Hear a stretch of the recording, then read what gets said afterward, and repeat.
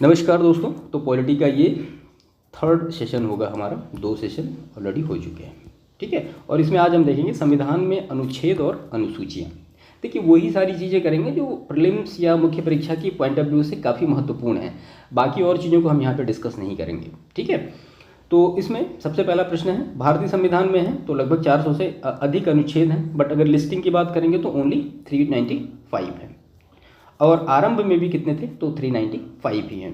भारतीय संविधान में कुल कितनी अनुसूचियां हैं? 12 हैं, जो कि पहले कितनी थी? 8 थी, यानी बाद में 4 को ऐड किया गया है। उनको कब कब ऐड किया गया अभी हम आगे देखेंगे। ये कथन सही दिया गया है कि भारत के संविधान में 9वीं, 10वीं, 11वीं और 12वीं अनुसूची को संविधान संशोधन अधिनियम के माध्यम से जोड़ा गया है, जिसमें से 9वीं सबसे पहले 1951 में जोड़ी गई, 10वीं, 11वीं और 12वीं ये जो है 1992-93 के आसपास जोड़ी गई, और 10वीं अनुसूची जो है वो 1985 के आसपास जोड़ी गई, जो कि एंटी डिफेक्शन लॉ से रिलेटेड है। और 11वीं 12वीं किससे रिलेटेड है? वो पंचायत और नगर पालिका से। भारतीय संविधान को विभाजित किया गया है तो 22 भाग में विभाजित किया गया है।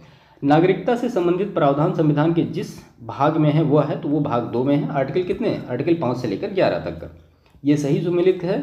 नागरिकता संविधान का भाग 2, मौलिक अधिकार संविधान का भाग 3 और राज्य जो है वो संविधान के भाग 6 में है।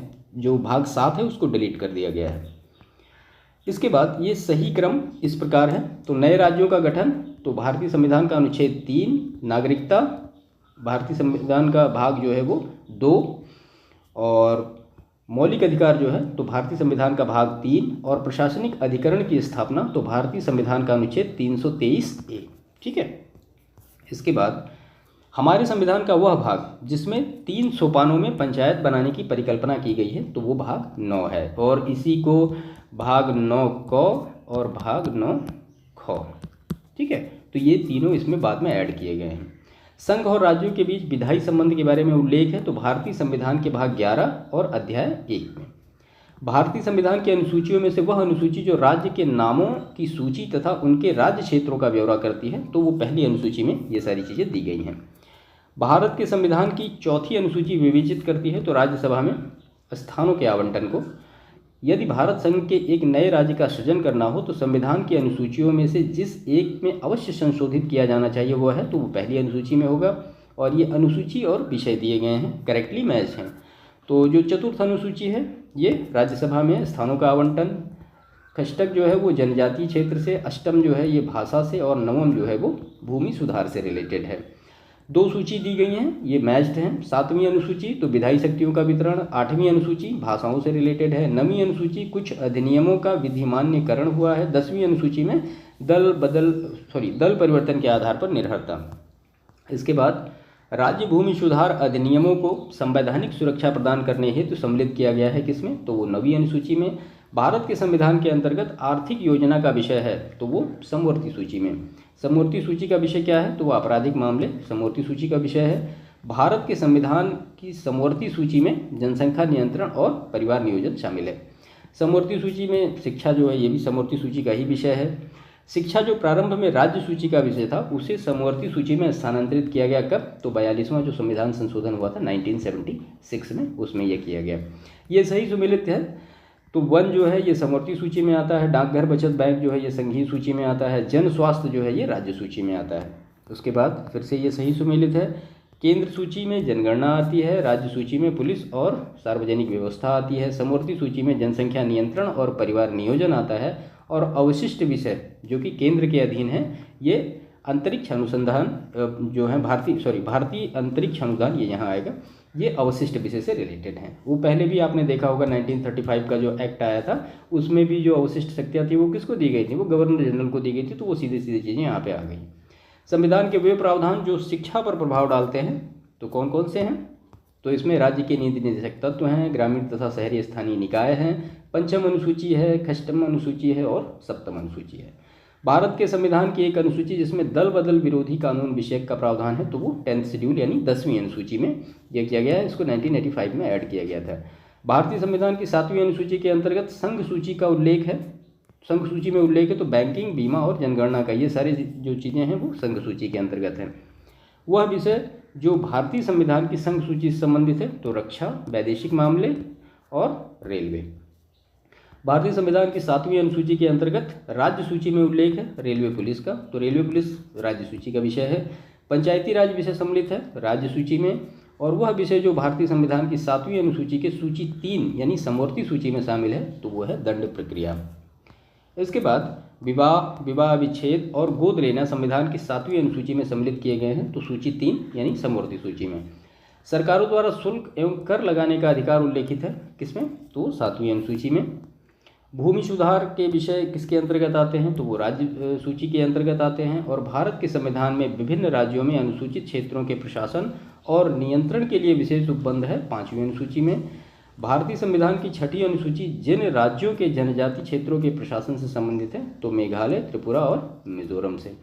भारत की संविधान की 5वीं अनुसूची और 6ठी अनुसूची के उपबंध किए गए हैं, तो अनुसूचित जनजातियों के हितों के संरक्षण के लिए।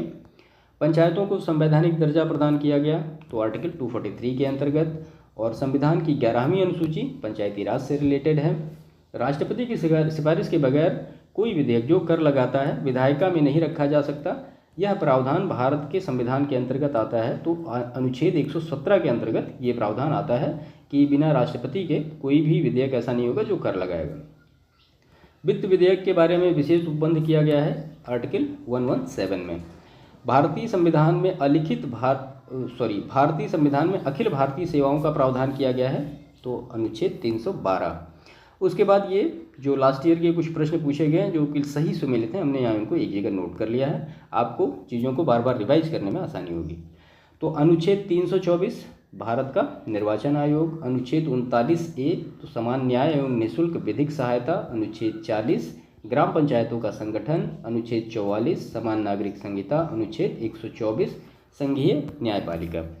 इसके बाद अनुच्छेद 5 जो है ये नागरिकता से रिलेटेड है, अनुच्छेद 352 आकस्मिक प्रावधान है, अनुच्छेद 245 विधायी शक्तियों का वितरण, अनुच्छेद 14 समानता का अधिकार, अनुच्छेद 36 नीति निर्देशक तत्व, अनुच्छेद 74 तो इसमें मंत्रिपरिषद की बात की गई है, अनुच्छेद 368 तो इसमें कॉन्स्टिट्यूशन अमेंडमेंट की बात की गई है, अनुच्छेद 2 विधानतः नए राज्य को शामिल करना, अनुच्छेद 14 समता का अधिकार है, अनुच्छेद 22 जो है वो गिरफ्तारी और निरोध से संरक्षण की बात हो रही है, अनुच्छेद 111 राष्ट्रपति का विधेयक को अनुमति देने का अधिकार है। इसके बाद अनुच्छेद 54 जो है तो भारत के राष्ट्रपति के निर्वाचन, अनुच्छेद 75 प्रधानमंत्री और मंत्रिपरिषद की नियुक्ति, अनुच्छेद 155 राज्य के राज्यपाल की नियुक्ति, अनुच्छेद 164 तो राज्य के मुख्यमंत्री और मंत्रिपरिषद की नियुक्ति, अनुच्छेद 323A प्रशासनिक अधिकरण, अनुच्छेद 324 तो निर्वाचक गण, अनुच्छेद 330 लोकसभा के लिए अनुसूचित जाति एवं अनुसूचित जनजाति के सदस्यों के आरक्षण,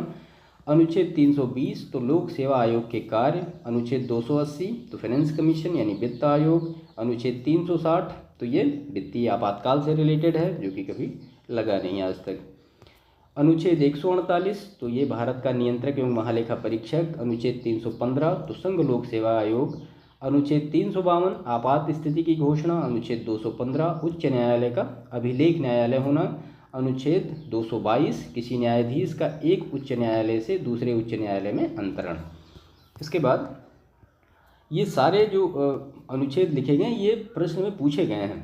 अनुच्छेद 226 तो विशेष रिट जारी करने के उच्च न्यायालय की शक्ति, अनुच्छेद 227 सभी न्यायालयों के अधीक्षण की उच्च न्यायालय की शक्ति, अनुच्छेद 76 तो भारत का महान्यायवादी, अनुच्छेद 131 सर्वोच्च न्यायालय का क्षेत्राधिकार, अनुच्छेद 41 कार्य करने का अधिकार, अनुच्छेद 42 तो कार्य करने की सही और मानवीय स्थितियां, अनुच्छेद 45 तो बच्चों के लिए मुफ्त और अनिवार्य शिक्षा, ये 6 वर्ष तक की है। उसके बाद फिर क्या होता है वो फंडामेंटल राइट हो जाता है।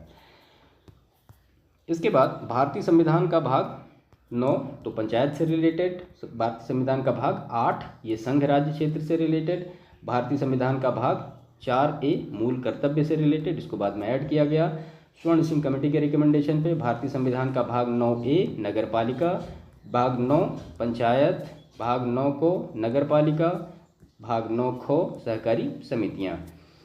संविधान का भाग 15 निर्वाचक गण, संविधान का भाग 16 कुछ वर्गों के संबंध में विशेष उपबंध, संविधान का भाग 17 राजभाषा और संविधान का भाग 18 जो है ये आपात उपबंध से रिलेटेड है। तो ये इतने सारी चीज़ें थी जो कि लास्ट ईयर की परीक्षाओं में पूछी गई थी, तो इनको हमने यहाँ पे एक जगह नोट कर लिया। तो तो ये पूरा जो मतलब एक टॉपिक था जो कि संविधान में अनुच्छेद और अनुसूचियाँ, इसको हमने यहाँ पे कंप्लीट किया। इसके बाद इसमें जो नेक्स्ट टॉपिक आएगा आपका वो आएगा प्रियम्बल यानी उद्देशिका। इसके बारे में अपने नेक्स्ट सेशन में कंप्लीट करेंगे। ठीक है, तो चैनल को सब्सक्राइब जरूर करिएगा, बाकी वीडियो को भी लाइक करिएगा, दोस्तों को भी शेयर करिएगा। मिलते हैं नेक्स्ट सेशन में, तब तक के लिए थैंक यू।